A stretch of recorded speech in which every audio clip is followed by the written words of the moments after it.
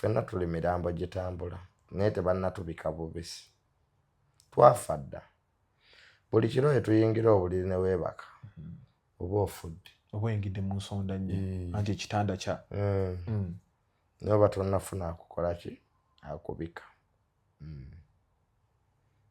nabo bakole nnyo balabe nti omufu ye bw'afa ebyo biba biwedde aba takyawulira aba takyalumwa byonna kati ebyensi biba tebikola ki tebigasa naffe tujja kutuukako awo nga tetukyagasa nze kitange we yafa nava ku nsi abantu ndaba balabye omuntu tafa ku olwo omuntu aba yafa dda ennaku ana emabega ate nammwe ababa bamuliraanye aba nammwe okufa kwe muba mwaku bankyogere ntya muba mukuwulira okufa muba mukuwulira naye nga temusobola kutegeera nti waliwo agenda okufa nze muzeeyi wange bwe yalwala ebintu strange things happened before his death yakola ebintu bingi ebyali byewuunyisa ate naye yakola ebintu bingi ebyali ewaka ffenna twalwalanga ebinyonyi byajjanga ne bikaaba embwa zaakaabanga abantu strange things happened kati bwe nazzaayo omwezi mulamba nga tannafa nabitegeera yaŋŋambanga ebintu kitegeera yaŋŋambanga ebintu bingi naye nga nkuutira ekintu kimu yagalanga nnyo maama wo Pumule Mulajevu yampisizza bubi nkulaba mumanyi muvubuka badde agaba yayagala nnyo taata wange oyo bambi nga muzeeyi wange bw'alwala nga Lajevu atuwa nga ddadi antuma ng'amuwandiikira message ku ssimu sentima ng'amuyita Mr. Mirunda Katonda atta abantu ab'obuvunaanyizibwa n'alekawo bino ebisiru ebigwagwa ebibbi ebiri biinaayina abantu abalungi be bagenda loza naye ayagala balungi bagende bamuyambeko eri mu ggulu gy'ali kati gwogamba senga atwala bana ababi abaana tebafumba emiwumbo gy'emmere ku intaneti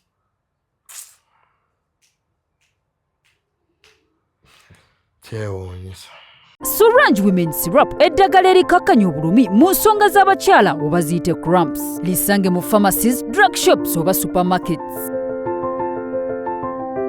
Lino lyakakasibwa National Drug Authority. Mukutu gwa Megaton kwebaza okubeera nti otambula naffe yonna gy'osobeera nga otulaba muze the Megaton gemanya olunaku olwaleero nzize misinde ndine omukulu Tamale Mirundi Junior bintu si birungi ensonga za Rajivu bonayogera bino bingi nnyo betugenda obeera nga twogerako olunaku luno olwaleero mukulu Junior buza ku bantu abatulaba ku Megatron beebale okutulaba n'okutuwuliriza beebalire ddala n'abatuwa obulanga nkwebaza okubeera nti ompayo ku budde Tamale Junior kwebaza kunjagala leero nasibidde ddala wano nga neebase n'amaanyi ne ganzigwamu okuva we nawulidde okufa kwa muganda waffe Rajivu amaanyi ganzigweddemu nkulaba ekiro nasuze mu lumbe nabadde nakadda ate neebakemu bambi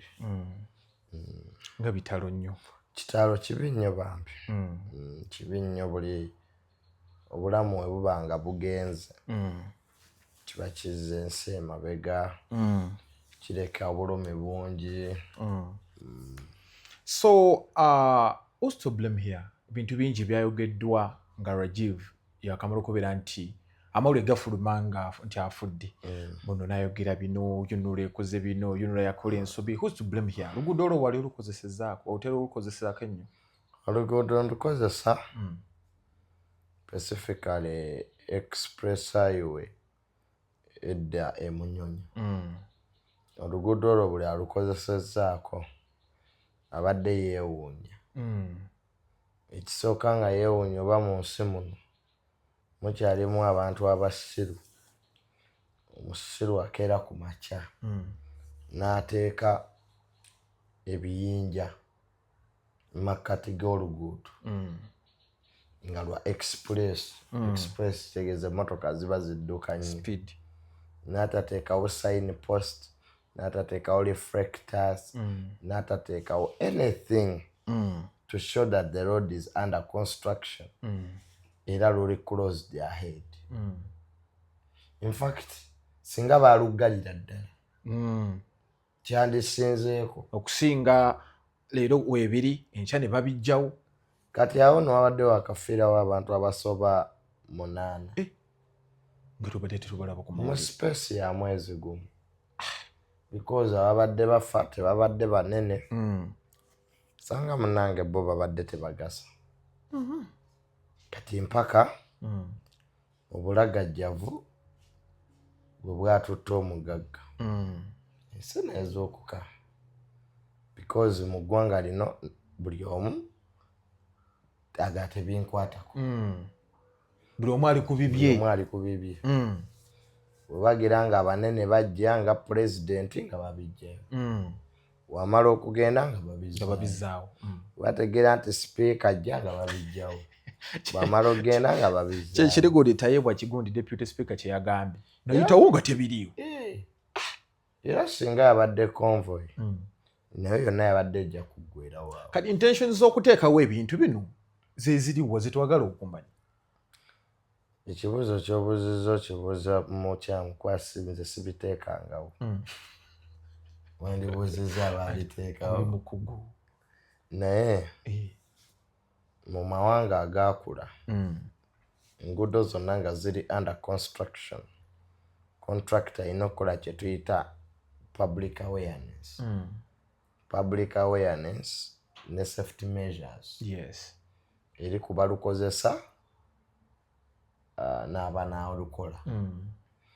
Buli contractor watunula n'alaba nga safety measures ziri compromised is allowed to close the road until after construction is done. There is no any stupid person who can put piles, mu luzungu baziyita ebyo ebibulooka ebiri made of concrete n'obiteeka mu kkubo. Someone nalabye akola comment ngagamba mu nsi endala bakozesa bya gundi plastics.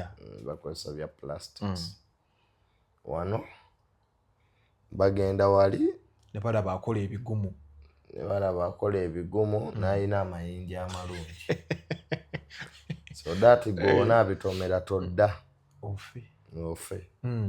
It was a death trap and a death sentence.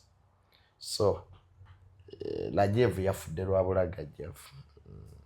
Nga si yekka bangi nnyo ababooda, nze nange nali mbitomedde luli.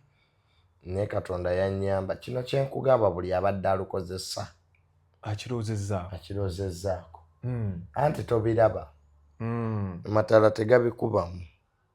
Anti reflectors singa ebyo ebigoma bibeerako ebyo bipiles bibeerako reflectors bw'okikubamu ettaala kirina engeri gyekikuddiza. Biri tebiriiko. Bakozi abalina okukola oluguudo babeera bazannya matatu wali. Babeera mu buti. Contractor asiiba mu bamalaaya kati oyagala oluguudo luggwe luti. Babeera mu kwepena. Ate Prime Minister teyabatabukira luli Nabbanja. Lwaki yali abatabukira? Lwa nsonga ezo. Ngini yakuba ludo, Save ali mu kuzannya matatu. Bano bakaje waka bali mu buti beetuulidde. Bakwana batunzi ba mmere. Ye mwennyini gwe baaluwa contractor ali mu apartment bamalaaya yeebase. Sente baamuwadde akola lwayagadde. Lwaki bantu bano tebabasiba? Talina na budde bugula bitaala. Nti kale abantu wano kanteekewo ebitaala bimulisewo. They don't care. They don't mind. Bw'olitegeera ebiri mu ggwanga lino ojja kwesibamu omuguwa weetuge. Kuba kati awo era tebalina gwe bajja kukwata. Abayinza okukwata ejjukiro ono munene. Baba bikola batono. Kibuuzo mbuuziza kinene.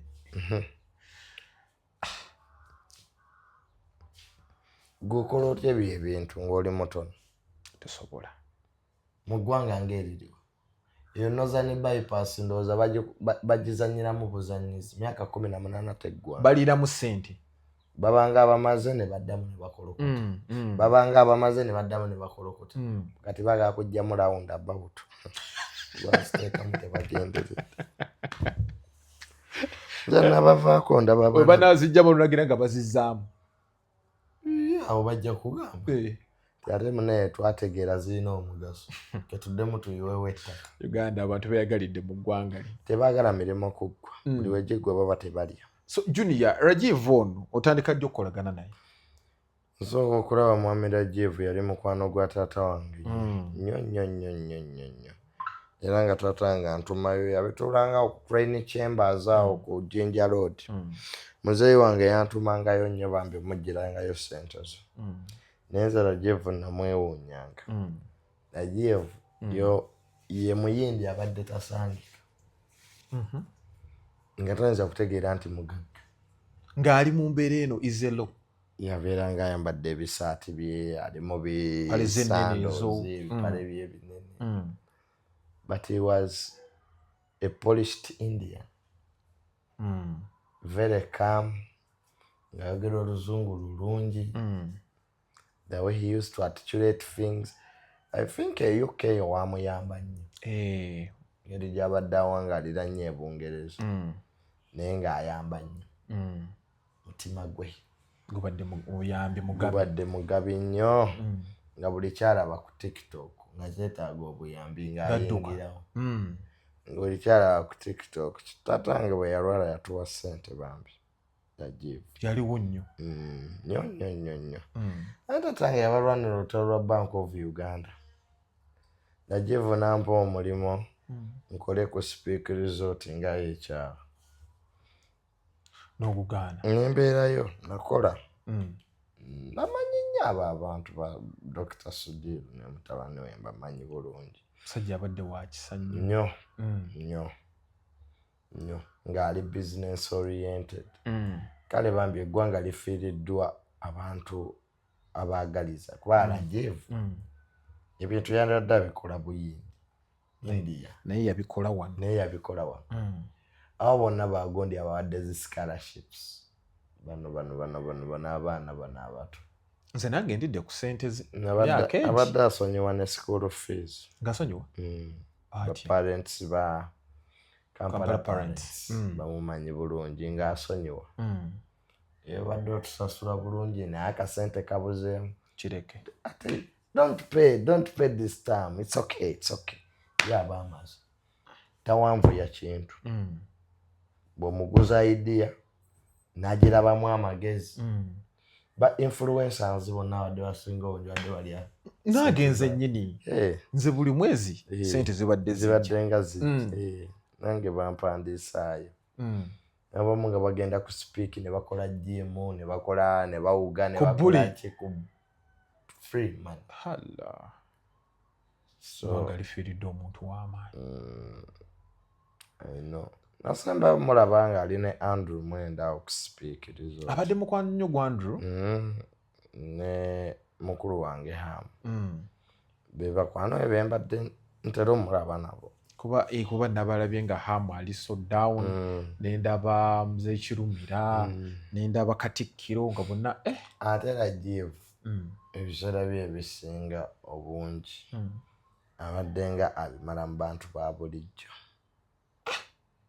Bamukuza batya? Wano mu Uganda olaba omuntu afunamu katono n'atandika okumera amapaati. Vani wali omulabye? Simanyi nawe afaanana mulaba bifaanana. Wali omulabye? Kakira ali omulabye? Kati ono yabadde atumanya abaddugavu. Lwaki abadde ayagala nnyo abantu? Adde ayagala nnyo abantu. No yabakuliramu. Okay. Story ye wajjawulira ng'agamba nti we yakula baali baavu. Nga n'ennyumba enkuba etonnya. Ne bagafulumya ne bagayoola na gundi. Kati ye abadde amanyi obwavu. Rajiv abantu bamuyigireko ki? Bazaale mangu. aliso mwana baby bana bali babiri bato bato singa abadde teyazaala nange nyenda kuzaala kyokka kyetugenda Rajibu akuwadde essomo nadduse dda nyenda kuzaala kati omukyala waali yuno mulinda tansange wano tuzaale mugenda zaala leero ekintu tokipapiddemu omukyala tosoza mwetegereza kyanalabye leka va mu ebyo muko wange nedda kitereeze musooka weetegereza omukyala singala Jeevu yasoose beetegereza singa waali ebisigadde byonna bino ebyobugagga tebigasa tujja leeta omukazi atwale ebintu byaffe okuzuukira be baana bo muzuukirira yoni oli mu nnaku y'amaanyi tugenda kukola naye oli mu nnaku y'amaanyi nnaku yo ndi mu y'amaanyi wano we tuli n'amaanyi nina matono tujja kukolerawo tetulina kyakkola wabaddeyo mulumbe nabaddeyo ejjo bangambye bagobyo bannamawulire banaadde bakwatakwata obuntuntu sikimanyiiko ekyo so nga tugenda mu maaso ndabye abamwogera erinnya ndabye omukulu Stanley Ndawula n'abantu abalala baga nti tebalumiddwa nnyo balumiddwa nnyo eky'omwana okufa naye taata we kakiwulireko abantu nga bakambuye anti buli omu alina endaba ye y'ebintu ate buli omu alina entegeera ye ate buli omu alina ensonga lwaki aba ayogera kyayogedde bino ebintu ebirumya famire cause Nazzikono nga respect gye tuwa omuntu aba afiiriddwa eba y'amaanyi nti afiiriddwa tumugerako kibi naye this time round people come out ne batandika nabo bajja kufa buli omu alinda omulambo gwe kati bo tebajja kufa bajja kufa naye omuganda agawa bukookolo bugeyaŋŋana ffenna tuli mirambo gitambula naye tebannatubika bubisi twafa dda buli kiro etuyingira obuliri ne weebaka oba ofudde oba oyingidde mu nsonda nnyo anti ekitanda kya naye oba tonnafuna akukola ki akubika nabo bakole nnyo balabe nti omufu ye bw'afa ebyo biba biwedde abatakyawulira abatakyalumwa byonna kati ebyensi biba tebikola ki tebigasa naffe tujja kutuukako awo nga tetukyagasa nze kitange we yafa nava ku nsi abantu ndaba balabe wakoowa abantu saakoowa abantu nti asaaki nategeera ensi nti terina makulu ne mmatira mu mutima ki ekyakuleetera okuba n'endowooza eyo bwetyo byonna bitumaliramu bwereere muganda wange kintu ekyo kyenjogedde bwekifumiitiriza ennyo olwagala byensi bitumaliramu bwereere nakikomyawo naye bwekifumiitiriza ennyo ojja kudda eri Katonda mbe n'eddiini mu mutima Rajivu yakedde ng'omuntu omulala ava bweru azze ku mbaga ya muganda we infact yabadde atuuse n'okutuuka ng'atuuse anti bw'ova ebusaabala oba odda mu nnyonyi by the way era oba otuuse bulungi vugako katono ng'oli wali katono nnyo distance esinga onjadde agikavalinze nasanga gano ga bikiba bitezeetezaawo omusajja wattu tamanyi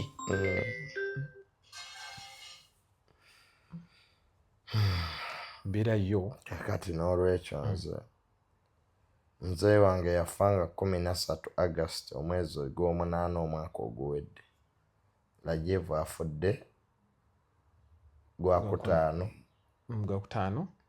nga 3 space ya nnaku ya myezi 8 kiba kitegeeza buli omu alina akadde ke nange olwange lujja kutuuka joni yaleero ng'oliddawo nnyo ati ge mazima yogera ebigambo ebinkanga ge mazima okufa is a process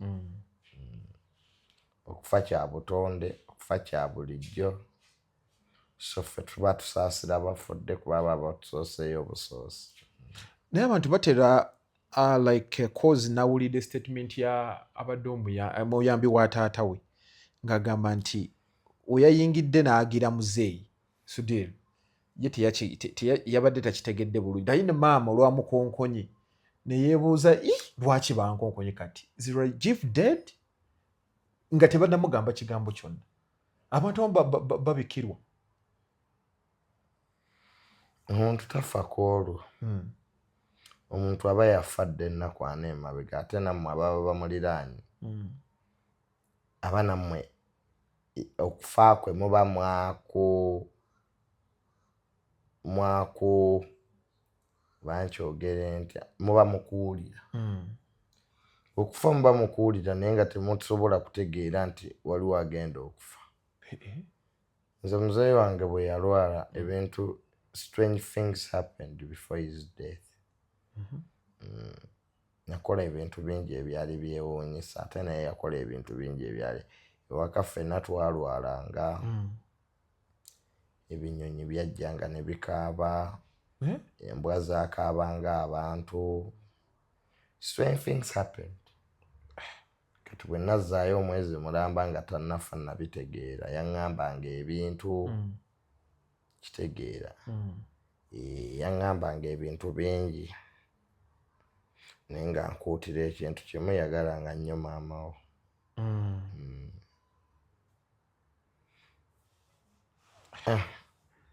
kati nabo bambi ennaku ejja kubaluma nnyo ennaku ejja kubaluma nnyo era tubasabire nnyo naddala taata we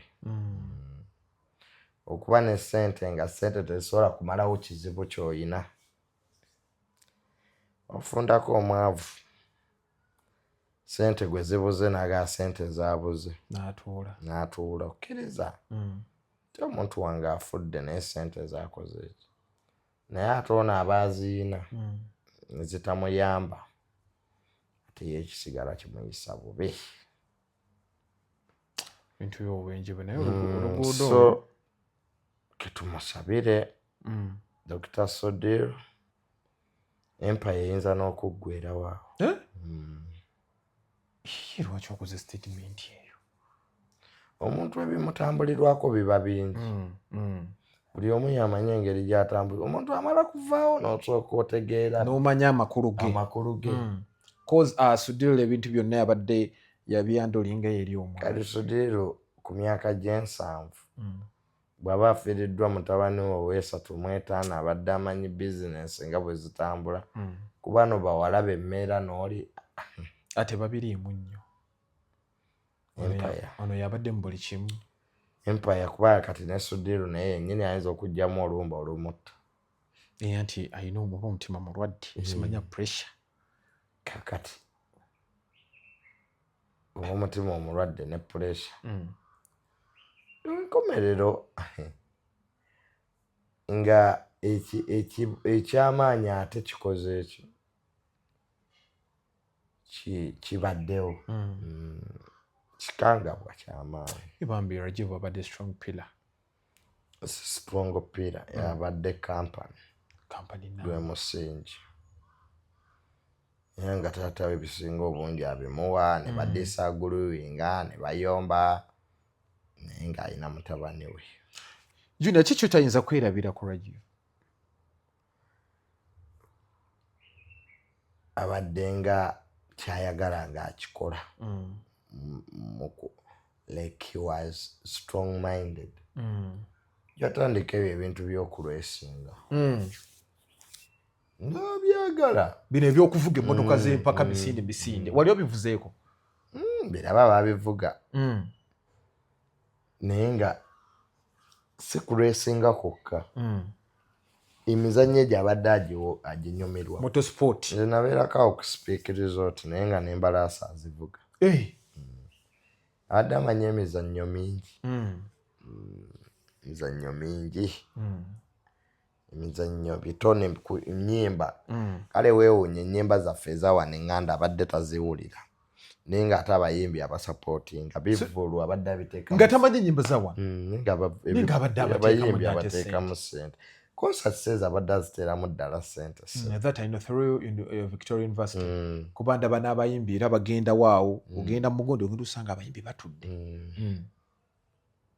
abadde very innovative kati innovative talent eyo nga taata waakaddiye omanyi okuba ne ssente kirala naye okubeera innovative kati era Rajeev ate abadde ali mu 21st century abadde ate yajja kugaggawala nnyo okusinga ne taata we kubanga ye wakyasa kino emyaka 35 bavubuka oba muvubuka osomye olina connections olina ssente you can be anything you want in this world nga abagagga tebakyali banvi edda ssente zabanga myaka nga musajja wa myaka 80 betumanyi be bagagga kino Katikkiro kye yagamba nti tosobola gaggawala myaka 35 yakyali mu biri ebyedda natategera nti today people at 16 people have money 24 people buying their 10th car myaka 24 ng'oli yakagula amamotoka 6 abantu baana balioko bali ku bitcoin bitcoin yani bitcoin birioko biringa zaala saabagula $, tebakyakola basiiba okwo kati agigula n'agiteekawo n'agitunda gye babizannyamu naye bibawa ssente empitirivu bitcoin babingamba ano katono otunda firiji yange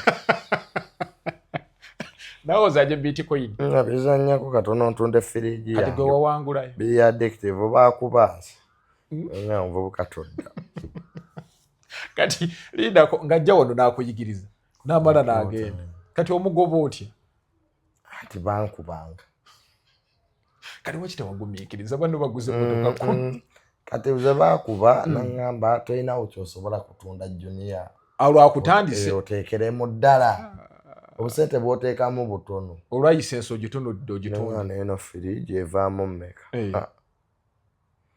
neŋŋamba naye nfa kinensi kati olwo wali wakateekamu mmeka emitwalo nga 3 nga waya naye nga bankuba ebiri julia nga wayanguwa okujja simanya waliwo essaawa nga $1 erinnye n'oteekamu n'ogula byasobera bitcoin naye ndaba n'aba MOP babizannya bano abantu abuvunanyizibwa abagagga biringa zaala biri awo byansobera naye kati abaana tebakyakola babeera ku ebyo atuula mu nnyumba neyeggalira balina kompyuta agula laptop singa 3 mbwa nti bubanga butale sanya akatale keewa ate osobola n'okugula ku munno shares hakimistry omungi awo ezo ezange mba sijja gaggawalirayo ndaba kansigale kuzoomu pepe asasula gwenvuma naye onaddamu kuba ndaba oli mukkakkamu leero wiiki eno yonna era naazikuwa alabye yakwebakamu kati mulimu Rajeev yampisizza bubi I click kulaba mumanyi muvubuka badde agaba yayagala nnyo taata wange oyo bambi nga muzeeyi wange bw'alwala nga Rajeev atuwa nga daddy antuma nga amwandiikira message ku ssimu asentima nga mwita Mr. Mirunda Rajeev taata yamwita Mr. Mirunda, how are you? Yalinga amunyumirwa. Abalwanira olutalo Bank of Uganda nakuba n'akatabo. Nga Suderu asiika gavana Mutebiri. Nakalaba. Bwalinga mu mmotoka yawo. Natera ng'otula mperezaako. It's very unfortunate. Obulamu buno bwewuunyisa. Ensi yaffe ekyusa emyaka 3 egisembye eyo 2 abantu ab'obuvunaanyizibwa. Kale Katonda atta abantu ab'obuvunaanyizibwa. N'alekawo bino ebisiru ebigwagwa ebibbi ebiri biinaayina abantu abalungi be bagenda loza naye ayagala balungi bagende bamuyambeko eri mu ggulu gy'ali kati gwogamba senga atwala abaana ababi abaana tebafumba emiwumbo gy'emmere ku intaneti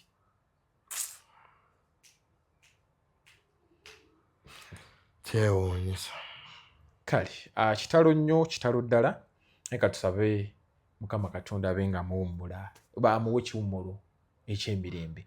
Junior nga tuvuddeko awo tunaavaawo ensonga z'edi mutwe mukyala we yavuddeyo nga mukambwe ennyo n'agamba muhoozi njagala bba wange Bobi Wine mukambwe twiti za muhoozi zino ozoogerako ki nga nkamba okukira omusa edi mutese mukwano gwo ayinza okuba muhoozi baddako okkuba abaate ababanja oba tebakimanyi kankibabuli gyena abatasuseewo nti olijjo bagala kujjako taata we dictator ate abayita abatwale gyali ate bakaaba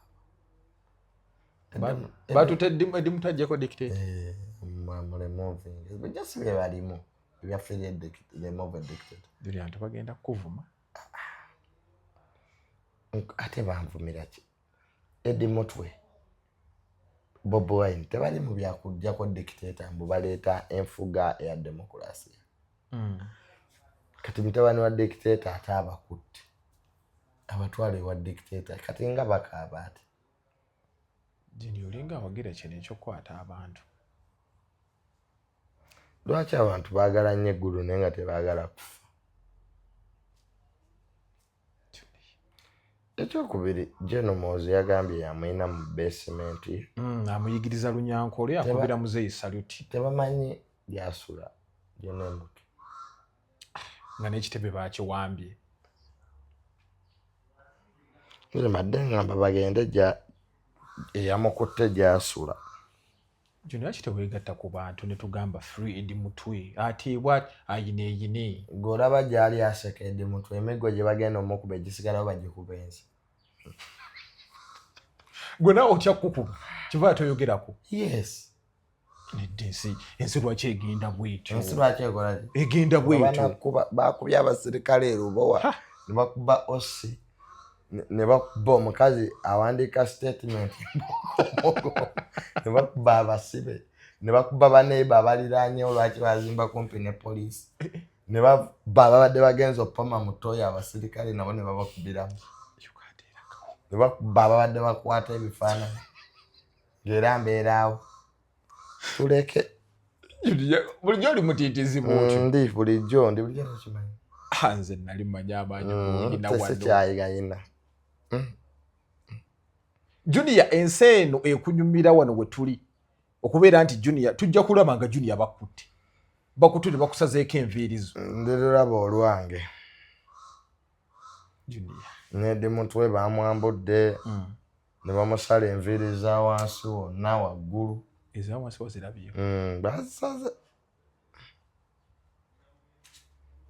ajja mufiringa dictator Junior kati ate Bobi Wine yaddako eyamugambye yadda naye ate oyo n'amukwatako abantu bajja kuba bakambwe ze yamukuba mu Arua nga tebakambuwala Junior Bobi Wine bamukubadde emiggo mu Arua nga teyakambuwala kwolwo bamutwala ali mu barracks ne bamugyamu engoye n'asigala butte naye nga goli pulezidenti waabwe abasajja si bakambwe bakoowu kati ki ekibakooya ki kyebatalina ki ekibakooya ki kyebatalina bakoowa baasamira olerabyeko omukazi nga ali waliwo bwekikomera nga akuba enduulu ya tired of your noise Uganda egenda bbanga Rwanda gwe Rwanda olaba yaleekaana dictatorship ng'ebeesusse kuba nalabye Eddie Mutwe nalabye abantu baakaabya amaziga ekifaananyi ekyo Eddie Mutwe kumusalako ekirevu ky'abantu baakaabye Junior ajja gasangula Junior embeera eno gwe ekunyumira eri mu ggwanga lino nzagireesa mutugambire ku bakulembeze gwayina eddoboozi yange ettono lyasaakaala Junior yawatidde nnyo eddoboozi yange saakaavu gavumenti wagivaako balindeko mala okunoonya omujaaja gule gutya gwegenda okutereza ngogole eddoboozi anti ogaye ife abayina eddoboozi wano buli omu ayina omumwa era nasanyusa nnyo mukyala we abaana basenga aba Eddie Mutwe bakojja maama we bonna babaleete bakuba enduulu okwo naye ffe oziwa obuliwo nga ekiba tekinnatuukawo omuntu ayogera naye kasa kituuka ewo ffe byatuukatuuka dde ewaffe ffe baatukuba dda nze bampangula amannyo nimmala ku kitanda emyezi emeka luli kati gagano bakanteekamu amapya era badde mbagawangule sebo n'abalala boogere babawanguleko balabe Eddie Mutwe y'anaabanyumiza embooko ezimuliko kati anti bafiriyinga dikiteeta kati aliyo bamutulugunya bambi akuba ngatto ddagala akubaza ndizamuwoze z'abasirikale bonna bakusaayisa okuba engatta eddagala oyimbira ozinira ku birango bateekako ebirango bya rediyo n'ozina tofaayo gwe sigala ng'okozesa eddoboozi lyo ojja kulaba eddoboozi lyange kyagala kulaba liringa eriri abasajja bakambwe nalabye Eddie Mutwe kimanyi ti nange ambaze gazzi kuba Eddie Mutwe neyibba wange eri egundi ekawempe tebali maziga gazzi olimu Junior Nakaabi Junior ekikutuukako kinnuma Eddie Mutwe yali musajja wange genda omulambuleko tebajja kunzikiriza soke tubasabira abali mu struggle zeze mpeera zalimu za struggle nalabye statement abantu simanyi kino ogenda kyogerako abantu bafangoni nga bagamba nti ekyatuuka ku mukulu kimenka eri egundi ne musanyuka kino ekyatuuse ku Eddie Mutwe namwe mukifiiringeko kaba mukwate kuba naffe kimenke waffe mwasanyuka ne mugamba kimugwana ejjinja lye baamukuba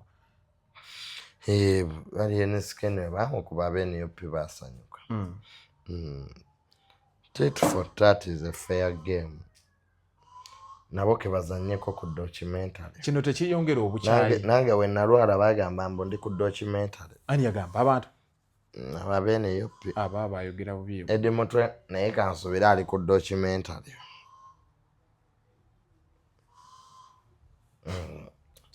kansubira nti ali ku season 2 agira agiwoomerwa ate Bobi Wine yaddako gwe baddako kuba olimbuulira ali president ekisoboka mulalamu kale ketubasabire ffe ebyabufuzi twabiwummula tulaba birabe Junior ekyo tekigenda kwongera obukyayi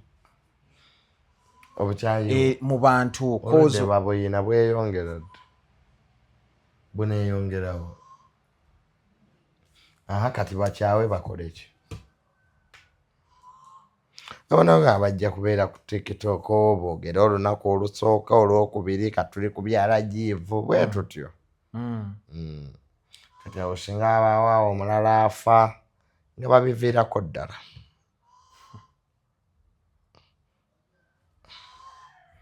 byebyo tubaza okubeera nti mbadde mutambula naffe naye temwerabira banaffe aba Solange Women's Lab bano no bagamba nti gwe omukyala ali mu nnaku zo ez'omwezi ng'olina ofuna okulumizibwa weekwate Solange enamba y'essimu weeri awo ate gwe wenna osobola ogenda mu drug shops ezikuli okumpi oba mu pharmacies n'onoonya Solange Women's Lab onywako ojja kubeera nga otererera ddala bulungi nnyo bwe ntyo mbadde olunaku olwaleero ambadde n'etambale Junior kuma ne stress endala nnyingi nnyo muzere Megaton gemanya musibe bulungi mweraba. Solange Women's Syrup eddagala erikakkanya obulumi mu nsonga z'abakyala oba ziyite cramps. Lisange mu pharmacies, drug shops oba supermarkets. Lino lyakakasibwa National Drug Authority.